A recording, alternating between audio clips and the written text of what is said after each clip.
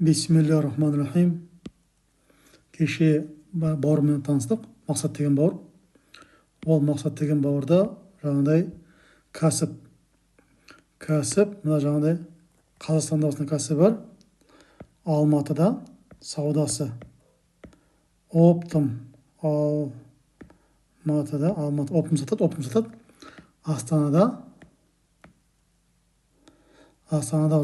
розница бар. Сосын Түркістанда розница бар. Және мына жаңағыдай мына жақтан Қытайдан товардың бәрін былай алып келеді Алматыға. Алматыдан Қазақстан бойынша бүткіл жерге жаңағыдай оптом таратады. Және мына өзінің точкасына жаңағыдай тоже сатады да, бірақ екі точкасы бар өзінде. Өзінің екі точкасы бар. Және ол жаңағыдай өзімен бірге жаңағыдай 10 плюс 1, 11 адам жұмыс істейді. Фонд оплаты труда, фонд оплаты труда ай сайын 5 миллион теңге. 10 адамға ай сайын 5 миллион теңге төлеп жатыр. Мен ол бауырға айтып жатырмын, жаңағыдай мына жерде 5 миллион төлеп жатсың ба? Олардың бәрі саған қарызға жұмыс істеп жатқан жоқ. Олардың бәрі ай бітті, сенен кеш, наличка алады, наличка. Сөйттің бе? Значит, Мақсат бауыр, сіз өзіңіздің семейный бюджетке ай сайын 5 миллион теңге апарып отыру керек. Әйеліңізге ай сайын 5 миллион теңге наличка апарып керек та. Ол бизнесті ішінен қайтадан құйып жатырмын, қайтадан салып жатыр емес, жаңағыдай. Қалай сен айлық бердің, тап солай жаңағыдай кем дегенде 5 миллион айлықты алып отыру керек ай сайын, иншалла. Және ода жаңағыдай мындай ситуацияда, ода жаңағыдай ай сайынға саудасы 100 миллион теңге. Ай сайынға саудасы 100 миллион теңге. Сосын оның жаңағыдай мына шамамен мына себестоимость шамамен 70 миллион теңге. Сөйтіп 30 миллион қалды. Сол 30 миллионның жаңағыдай ана жерде мына 30 миллион қалғанның, оның жаңағыдай мына 20 миллионы ол деген шығын. Аренда, зарплата, комуслуги, аренда, зарплата, логистика, қараңыз да, аренда, логистика, комуслуги, командировочные, тағы да административный расходы, сөйтемізде налоги да. Осы расходтардың бәрі 20 миллион, 10 миллион жаңағыдай пайда, соны 5 плюс 5 деп 5 миллионнан 5 миллион команда төлейді, 5 миллион өзін алып жатыр. Және ол кісі де жаңағыдай мына ол кісі қазір мына программа алған, адемес, бірақ қандай екен точно білмейміз. Соны жаңағыдай экспресс анализ жасап берейік. Енді ол жерге біз не ұсынып жатырмыз? Біз оларға жаңағыдай өзіміз не ұсынып жатқанымызды айтып кетейік. Не ұсынып жатырмызды? Ол жерде жаңағыдай бизнес процестер вообще қалай болу керек? Бизнес процестер болуға осындай бір жаңағыдай компанияны 4 подразделениеге сызамыз. Мына жақта жаңағыдай отдел закуп. Жаңағы отдел закуп деген Қытайға, мысалда жаңағыдай тогда 7-9 айда келесі жылдың летоны заказ береді, лето заказ береді. Сосын ол товар деген жаңағыдай 2-3 айда келеді. Февраль-мартта келеді. Сөйтіп жаңағыдай сатылады. Сосын барып жаңағыдай сатылады. Сосын мына жаздың товарды, қыстың товарында олар деген 2-3 айда зима товарды бұлар заказ береді. Ол оған келедіні жаңағыдай 6-7 айда товар уже келеді. 6-7 айда товар келеді. Сол товар келгенде бұл жаңағыдай осылай жасайды жұмыста да. Осы жұмыстардың бәрін жаңағыдай 1С опален, мына жерге біз айтатынымыз 1С опален торговли керек оларға жаңағы дұрысы. Сөйтіп мына отдел закуп деген жаңағыдай заказ поставщику салып отырғанда қашан мына жерде сентябрь, июль-сентябрьда, осы июль-сентябрьда неше поставщикке келесі жылдың жаздың товарын бәрін заказ беріп қойдық. Сол товар жаңағыдай келесі жылдың жаңағыдай мына жерде біз сызып қойық. Мысалда қойсаң 25-тің 7-9 айында 26-ның товарын заказ берді. 26-ның жаздың товары жаңағыдай екінші, үшінші айда келді. Сөйтіп жаңағыдай үшінші, төртінші айда сатылып кетеді. Оптымда. Сосын жаңағыдай екінші, үшінші айда да февраль, март айында уже 26-да да февраль, март айында ол деген жаңағыдай зимаға заказ береді. Жаңағыдай 26, 27-ның жаңа товарлар келгенше. Сөйтіп осы заказдың бәрін жаңағыдай істеп отқанда, ол мына жерде жаңағыдай бірінші документ заказ поставщик істеп қояды. Қай поставщикке, жаңағыдай поставщик, сосын барып жаңағыдай қандай товар, қандай количество, қандай баға, қандай сумма, және неше поставщикке істеп қойды. Каждый поставщиктің, каждый заказдың ішінде қанша осы товар бар, сөйтіп жаңағыдай бүткіл суммалар бәрін көреді. Қытайға біз қанша ақша заказ бердік, қанша ақша біз оларға қарыз болып тұрмыз қазір. Товар әлі шыққан жоқ. Сосын сол товардың жаңағыдай какой-то бір 10%-ын мысалға төлейік дейік. Платежное поручение исходящее, екінші документ платежка төлеп қоямыз. Сөйтеміз де қай поставщикке 10%, қайсына 20%, қайсына 30%, осының бәрін жаңағыдай қадағалап салып қоямыз. Сосын жаңағыдай біраз уақыт өткеннен кейін, ол мына жоғарыда график жазғандай, ол жаңағыдай мына товар накладнойды береді. Товар уже неге тапсырылады, логистке, логист, брокер бәрі растаможкасын бәрін жасап, сөйтіп жаңағыдай бұған поступление тыйымсыз товар документ келеді. Үшінші документ уже складқа түсейін деп тұрған қолға келеді. Сосын ол жерде жаңағыдай центральный склад, жаңағыдай склад и логистика өзіміздікін, олар жаңағыдай приходный ордер на товар жасайды. Төртінші документ. Сосын біраз уақыт өтіп отырып, бұл жаңағыдай бөліп жаңағыдай платежное поручение исходящее, жаңағыдай бірінші заказ, екіншісі предоплата, үшіншісі накладной, төртіншісі фактически товар келді, бесіншісі жаңағыдай қалған ақшаны біз төлеп жатырмыз. Сөйтеміз де осындай жаңағыдай әдейі осылай мына бет домалақ қылып сызып отырмын, және мындай қылып бөлдім, жаңағыдай ответственность, адамдардың міндеттерін шектеп қоюға. Мына жерде бізде отдел продаж. Отдел продаж бізде жаңағыдай екі жол болып жатыр. Біріншісі деген жаңағыдай өзіміздің розничный магазинда бізде жаңағыдай рабочее место кассир деген бар, РМК. Сол жерден жаңағыдай екі дүкеннен, бірінші дүкен, екінші дүкен Алматы, Астана, Түркістан товардың бәрі сатылып жатыр. Және бізде жаңағыдай Алматыда отдел продажы бар.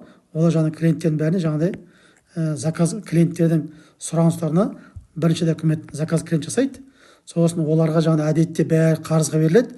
Сөйтіп екінші документ накладной шығады. Екінші документ, үшінші документ кладовщик деген расходный ордер на товар жасайды. Үшінші документ. Сөйтіп жаңағыдай біраз уақыт өте жаңағыдай клиенттер жаймен ақшасын бөліп төлейді. Платежное поручение входящее. Төртінші документ.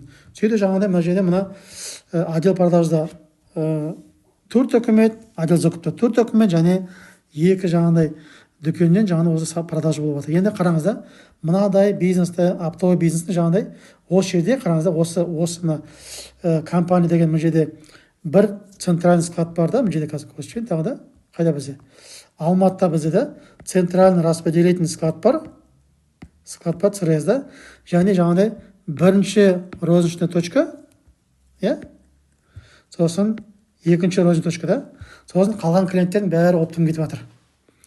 Сөйтемізде біз жаңағыдай мына осындай оптовый розничный бизнес болғаннан кейін, мына оптовый клиенттер деген Қазақстанға өкінішке орай көпшілігі, оптовиктердің көпшілігі злоупотребляют, зұлымдық істейді. Мына Мақсат Бауырдан товарды бәрі қарызға алады.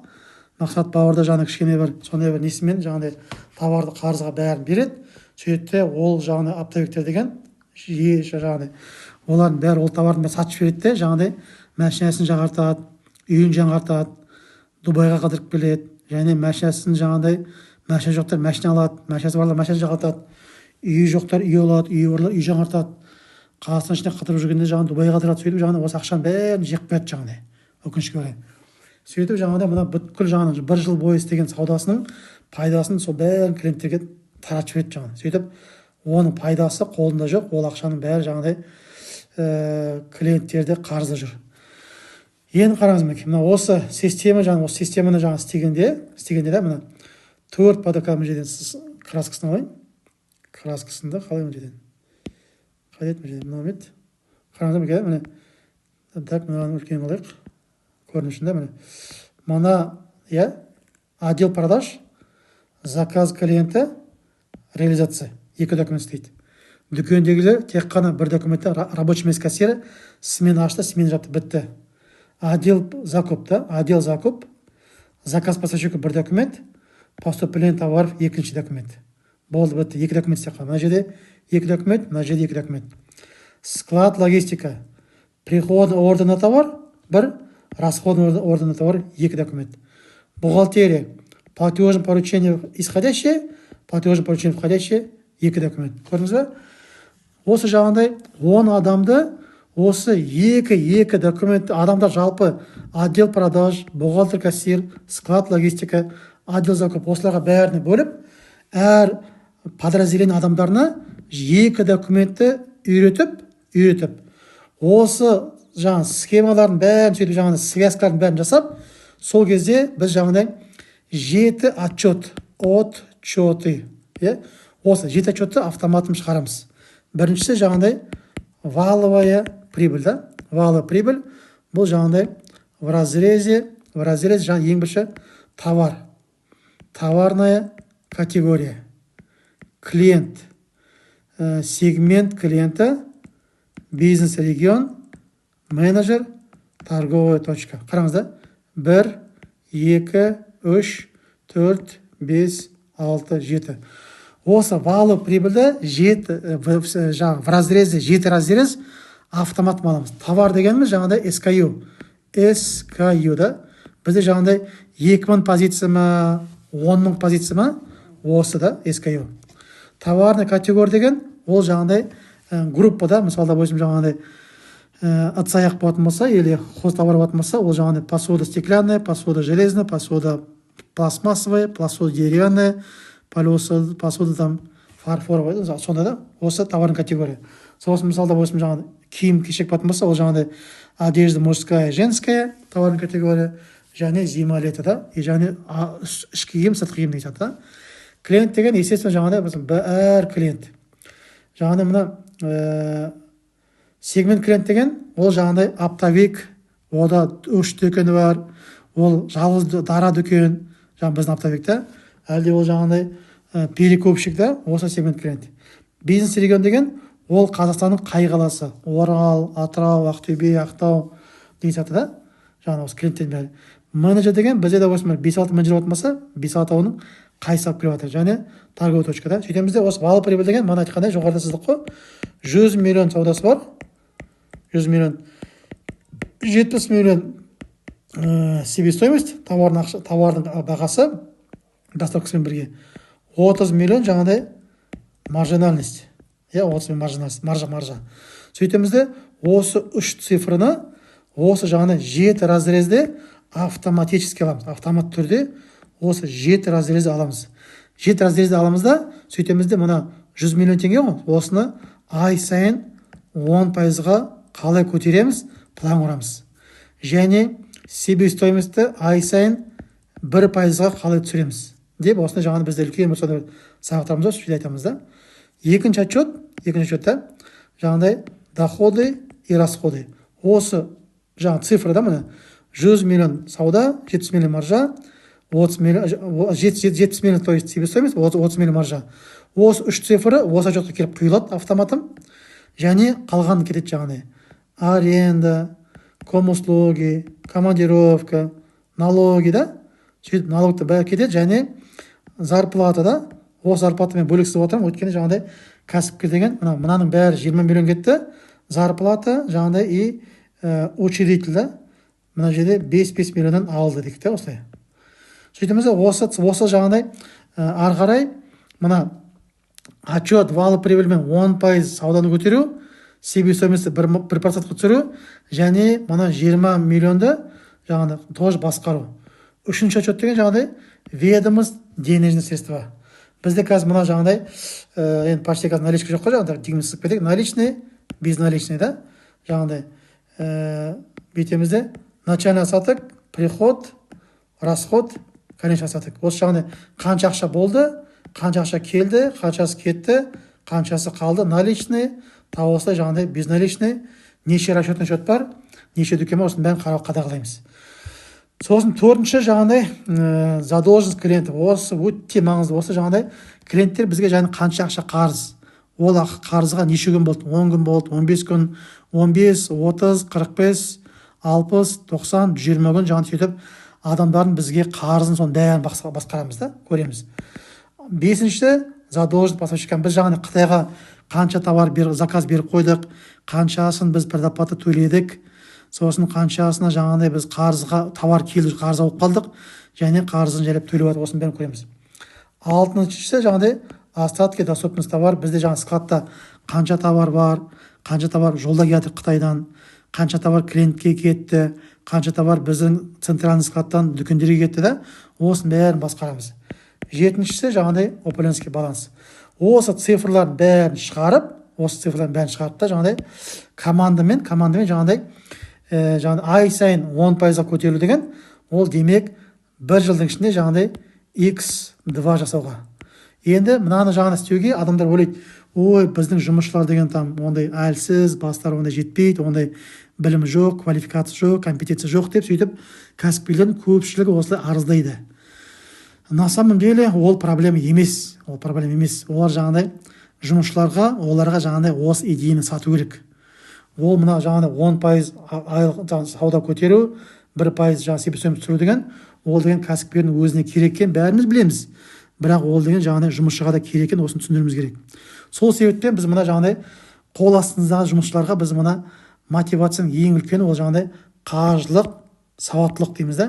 Ол қаржы сауаттылық деген жаңағыдай мына 5 қадам тұрады. Бірінші деген ол жаңағыдай айлықтың 10%-ын жинау керек. Екіншісі жаңағыдай шығынды басқару керек. Үшіншісі жаңағыдай тәжірибені көтеру керек, білім алу керек та. Төртіншісі инвестицияны зерттеу керек. Бесіншісі инвестиция жасау керек. Осын жаңағыдай осы қаржылық сауаттылықты жаңа сіздің командаға үйретсек, сол кезде олар сізге мықты жұмыс істейтін болады. Енді қазір мына осыны ары қарай талқылаймыз. Тағы да ол деген мынау деген адамдар айтады жаңағыдай, ой, мына қаржы сауаттылық там қайда, ол 10% жинау, ол жаңа шығынды басқару, тәжірибені көтеру, оған адамдар оған істемейді оған да. Енді соны істеу үшін біз осыны жаңағыдай қайталап түсіндіреміз да. Мына бүйтеміз да, қараңыз да. Кәсіпкерге айтамыз да, қазір сізде мақсат бар да. Сізде қазір мына жерде 100 миллион болып отыр ма ай сайын? Енді сіз деген жылдың аяғында 26 аяғында ай сайын 200 миллионға барғыңыз келеді ғой, барғыңыз келеді. Енді мына жерде бізде жаңағыдай айлықтың жаңағыдай айлық бізде да фонд аппаратурада бізде 5 миллион. 5 миллион иә. Осыған 10% қосқанда қосымшада жаңағыдай мына жерге командаға бізге төлейтін ақшадан бөлек командаға ай сайын 500 мың теңге қосып төлеуге дайынсыз ба? Жылдың аяғына 200 мың теңгеге 200 миллионға шығатындай. Я дейді. Осыны жаңағыдай да біз мына жұмысшыларға айтамыз. Сізге жаңағыдай осы нәтиже шығу үшін сізге қазір ең алдымен компания сізге предоплата ретінде 10% айлықты көтерейін деп жатыр. Оның шарты бар. Оның бірінші шарты деген сіз ол 10%-ды жаңағыдай ақшаны жинайсыңыз. Откладывайте да. Даже ол ақшаны жаңағыдай жұмысшылардың қолына бермей, бірден компанияның бөлек соны шотын ашып, соған салып қоюға болады. Екіншіден, сіз жаңағыдай ақшаны қолыңызға аласыз ба, или компания жиналады ма да, шығыныңызды жалпы жазуыңыз керек. Осы күнге дейін жаңағыдай 500 мың айлық алып отырдыңыз ба, соны жаңа түгел бәрін жазу керек, қайда кетіп жатқанын жазу керек та. Сөйтіп адам жаңағыдай әдетке айналып, мына шығынды істемесем болады екен, мынаны істемесем болады екен деп түсінеді. Тәжірибені көтеру, мына 10%-ды айлықта сізге көтеріп жатыр. Шарты бар. Бірінші шарты 10%-ды жинау, екінші шарты жаңа шығынның бәрін басқару. Өйткені айлықты қанша көтерсең де жұмысшыларға бесполезно, олар деген ақшаны бәрін жұмсай береді. 200 мың алса түгел жұмсайды, 300 алса түгел жұмсайды, 500 алса түгел жұмсайды, миллион алса 1 миллион 100 жұмсайды. 2 миллион айлық беретін болсаңыз, ол деген 110% 2 миллион 200 мың жұмсайтын болады, қарызға кіріп. Сол себептен жаңа мына 10%-ға айлықты көтереміз, компанияның саудасын 2 есе көтеру үшін, ай сайын 10% көтеру үшін 10% айлықты береміз. Шарты, және оның жаңағыдай мына шығыны бәрін басқарасыңыз, және мына біз сізге қазір управленческий учет енгізейін деп жатырмыз, соған мына тәжірибеңізді көтересіңіз. Және осы бизнес ішінен қалай тұратынын инвестицияны зерттейсіңіз. Және жаңағы мына бізде деген жерде 10 адам бар. Осы 10 адамға біз жаңағы мына әдетіне айналдыруымыз керек. 10 адам, иә. Қазір жаңағы бірінші айда бәріне 50 мың теңгеден қосты, иә. Сосын жаңағыдай келесі ай сайын, иә, оларға жаңағыдай келесі айда тағы да 50 мыңға көтереді айлығында. Өйткені осы айда жаңағыдай 100 миллион болса, 100 миллион болса, келесі айда 110 миллион, одан кейін жаңағыдай 120 миллион, сөйтіп жаңағыдай мына айлық 10 адамға 50 миллион қосты, 50 мың қосты, сосын тағы 50 мың қосты, сөйтіп жаңағыдай оларға айлық көтеріп жатыр. Айлық көтеріп жатырып, енді олар жаңағыдай мына 10 адам деген әдетінде осы жаңағыдай 26-ның аяғына дейін әр қайсысы 1 миллион теңгеден ақша жинау керек. Сөйтіп ақша жинап, мына жаңағыдай осы кәсіптің жаңағыдай мына жерден, қайда біздің кәсібімізді, осы кәсіптің жаңағыдай мына жерден мысалға Қарағанды дейсіз, Қарағандыдан жаңағыдай осы 10 жігіт, иә, бір жыл бойы 1 миллион теңгеден жинап, иә, сөйтіп 10 миллион теңгеге жаңағыдай мына жерден команданың филиал ашылады, Қарағандыда филиал ашылады. Сөйтіп 10 миллион теңгеге осы жаңағыдай мақсаттың кәсібінің жаңағыдай 5 миллионға жаңағыдай дүкеннің ремонтын жасайды, 5 миллионға мақсатқа предоплата береді, мақсат оларға жаңағыдай 20 миллионның тауарын қарызға береді. Ол айтады жаңағыдай бүткіл Қазақстан бойынша жұрттың бәрінің қарызға беріп жатыр. Мынау тем более өз қол астындағы жігіттердің жинаған ақшасына жаңағыдай сөйтіп оларға кәсіп ашып беріп, сөйтіп ол жаңағыдай мына бізде мына жерде қараңыздар, Астанада 2 мықты сотрудник бар, 2 сатушы бар. Сосын бар Түркістанда 2 сотрудник бар да, 2 сатушы бар. Сөйтемізде осы 4 сатушының жаңағыдай ішіндегі ең 2 мықтысын осы жаңағыдай Қарағандыға жібереміз. Және қалған 8 адам, олар деген жаңағыдай осы өздерінің дүкенінің жаңағыдай мықты консультанты болады. Сөйтемізде осы команда түгел түсіндірем жігіттер, жаңағыдай сіз деген бәріңіз осындай жаңағыдай партнер боласыңдар, партнер. Мына осы қаржы сауаттылықты оқисыңдар, үйретеміз жаңағыдай ақшаны жинап бастайсыңдар. Сіз жаңағыдай қазірден бастап осы 2026-да да мықты оқып, осының бәрін жасап, ақшаның бәрін жинап, 2027-нің 1 январында сіз бәріңіз жаңағыдай инвестор, бизнес партнер боласыңдар. Осы мақсат бауырдың жаңағыдай инвестор, бизнес партнер боласыңдар. Сөйтемізде жаңағыдай сіз деген әнжеден осы 2026-дан 1 миллионнан жинап бастаған ақшаны сөйтіп ана Қарағандыны ашқанда, енді ары қарай алып келеміз. Жаңағыдай мына 2027-де олар жаңағыдай бірінші дүкен ашты. Ол дүкен деген жаңағыдай айына біз санадық, 60 миллион сауда істегенде, айына 5 миллион істегенде, 5 миллионда, айына 5 миллион жасағанда, ол жаңағыдай 1 жылда 60 миллион жасайды да жаңағыдай. Кем дегенде жайлап істеген өзінде 1 жылда 60 миллион жасайды. Сол 60 миллионның жаңағыдай жігіттер деген тек қана айлығын береді да, сол жерде жаңағыдай налогі бар, шығындар бар да, осы дүкен деген таза 10 миллион 1 жылда алып келеді, 10 миллион. Сөйтемізде 27-де бұлар жаңағыдай 27 басында бір дүкен ашты. Ол деген жаңағыдай сол жылы оларға таза пайда 10 миллион теңге алып келді. Және 27-нің 1 январынан бастап 10 жігіт ай сайын 200 мың теңгеден жинап үйренеді. Енді қараңыздар, мына 26-да әр қайсысы 100 мыңнан жинап үйренсе, енді 27-де олар деген 27-де 200 мыңнан жинайды. Сөйтеді 27-де олар деген 20 миллион теңге айлығынан жинайды, 10 миллион теңге мына дүкені табады. Сөйтеді 2028-де команда уже 3 дүкен ашады. 3 дүкен деген 2028-де жігіттер деген әр қайсысы ай сайын 300 мың теңге жинап үйренеді. 300 мың теңге 10 адам, 300 мың жинап үйренеді. Олар өзі жаңағы жерде 30 миллион болады. Сөйтемізде 2029-да бұлар өзі жаңағыдай 3 дүкен деген плюс 3 дүкен ашып береді, 6 болады.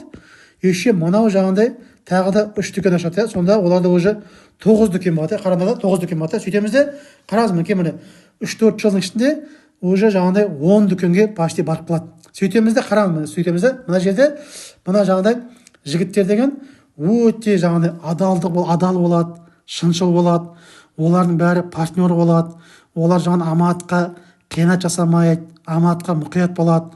Сөйтіп жаңағыдай мақсаттан алған жаңағыдай енді бәрі өзі бір команда ғой, олардың бәрі осы жерде жаңағыдай центральный распределительный скатта осы жерде қалады. Ешкім ешқайда кетіп қалмайды, басқа жұмысқа ауыспайды, олардың бәрі алаңдамайды.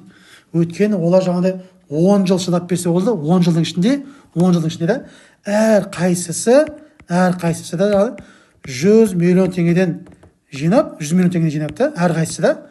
Сөйтіп жаңағыдай кем дегенде бір жаңағыдай себестоимостьпен жаңағыдай негізінде бір дүкен бағасы 25 миллион ғой, жаңағыдай 5 миллион ремонт, 20 миллион товар, ол 20 миллион товардың жаңағыдай 5 миллион предоплата береді, қалған 15 миллионды мақсат қарызға береді да. Сөйтеміз де, ал енді болса осы келгенде ары қарай мына 100 миллион әр жігіт 100 миллионнан жинайды 10 жылдың ішінде. Сөйтті жаңағыдай бір дүкеннің бағасы 25 миллион, жаңа сатып алып, арендаға алып, ремонт жасап, товар берген да. Сөйтті ол әр қайсының қолында 4 дүкен болады. 4 дүкенде бір дүкен деген жылына жаңағы 10 миллион деп айттық қой. Сол жерге жаңағы управляющий қойғанда, ол жаңағыдай бір дүкен деген кем дегенде бір дүкені жаңағыдай 7,5 миллион теңге алып келеді бір жылда. Сол кезде 4 дүкені деген оған жаңағыдай 30 миллион жаңағыдай таза пайда бүткіл шығынымен, арендасымен, жаңағы налогымен, партнер қосып қойғанда жаңағы 30 миллион теңге түседі. Міне қараңыздар, 100 миллион теңгені кез келген осылай саудагерлер қол астына жігіттеріне мотивация беріп, бәрін түсіндіріп, осыны схемаға бәрін айтып, олардың сана сезім көтеріп, жаңағыдай на самом деле былай жаңағыдай тупой там адам жоқ. Просто олар деген жаңағыдай потенциалы ашылмаған адам бар. Тупой адам айта алмаймыз. Ол жаңағыдай істемейтін, білмейтін адам деген, ол әзірше білмейді, әзірше істемейді, оны үйретпеген, оған көрсетпеген. Енді соған жаңағыдай үйретіп көрсетсе, мынаны кез келген адам жасайды. Ол жаңағыдай закупщик па, кладовщик па, продавец па, да, жаңағы касса тұрғанда, бухгалтер, кассир ма, там вообще не важно, да. Ол жаңағыдай жүк тасиды ма, таксист па, кез келген адам осыны схеманы түсінсе, осыған істесе, бәрі ынталанса, бәрі жаңағы тырысса, сол кезде жаңағыдай компания нәтиже шығарып, бәрі бірігіп, бірін-біріне көмектесіп, один за всех, все за одного, сөйтіп жаңағыдай 10 жігіттен каждайы 100 миллионнан жинап, 4 жаңағы дүкен ашып, әр дүкен жаңағы 7 миллионнан жанынан жинап, тауып, сөйтіп жаңағыдай жыл сайынғы табысы 30 миллион, сонда жаңағыдай ай сайынғы табысы жаңағыдай пассивный доход жаңағыдай сөйтіп 2 миллион теңге ай сайын таза пайда алып отырады, иншалла. Осындай бір сауда жасап, осындай бір жаңағыдай істейтін жаңағыдай кез келген көп деген саудагерлердің жандарындағы адамдарды оқытып, осыған айтып, үйретіп, есеп-қисапты қойып, вин-винда сіз де ұтасыз, біз де ұтамыз, жұмысшы да ұтады, кәсіпкер де ұтады, оның поставщигі де ұтады, жаңағы Қытайдағы товар жіберетіні, оның клиенттері бәрі ұтады. Және қараңыздар, мына бизнестің жаңағыдай үлкен проблемасы, олар деген товардың бәрін қарызға береді, және ол товарды қарызға алған адамдар жаңағыдай оны қиянат қылып, оны ақшасын жұмсап жіберіп, мына мақсатқа ақшасын бермейді.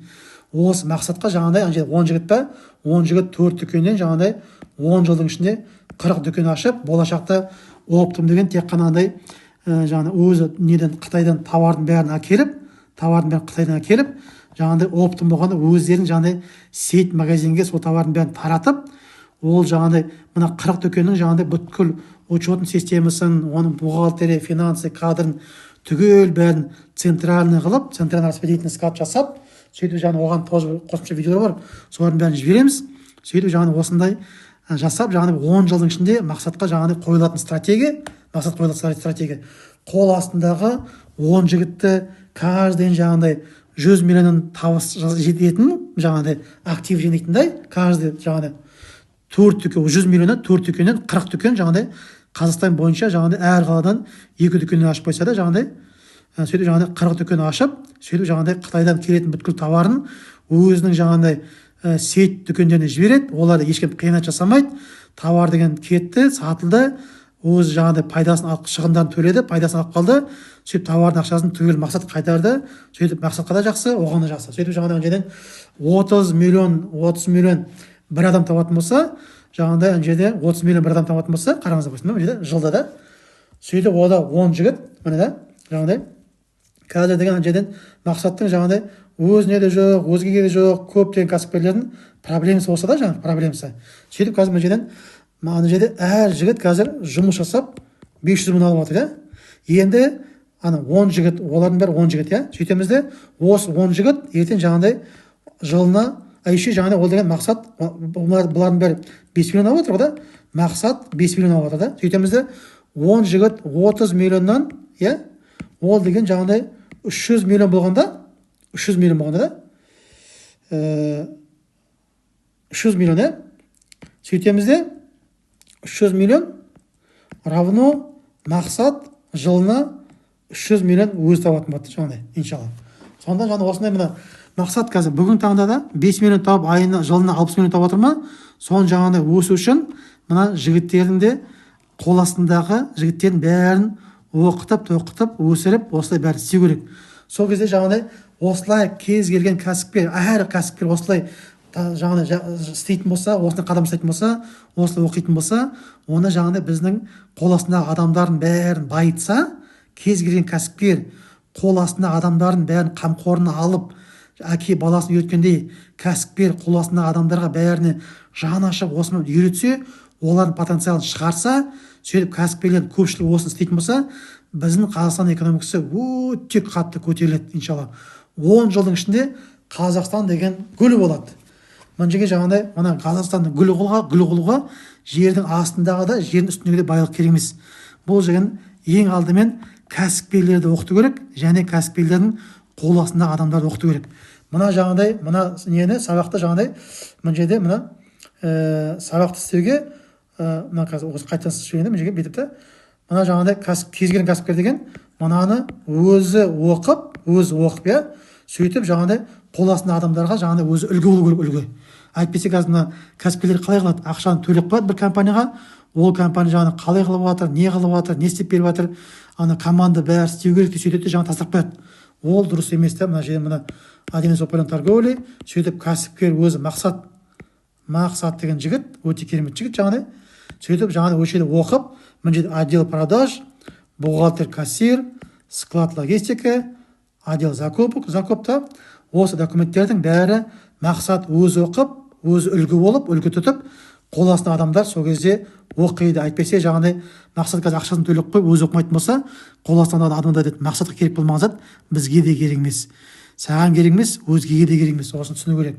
Отдел закуп деген жаңағыдай тағы да айтып шығайын, заказ поставщика бірінші документ, сосын барып азын-шоң предоплата, платеж, поручение исходящий екінші документ, үшіншісі накладной уже нақты шықты поступление үшінші документ, төртіншісі накладной келгеннен кейін приходный ордер на товары төртінші документ, сосын кейін жаңағыдай тағы да платеж поручение сөйтіп кетеді.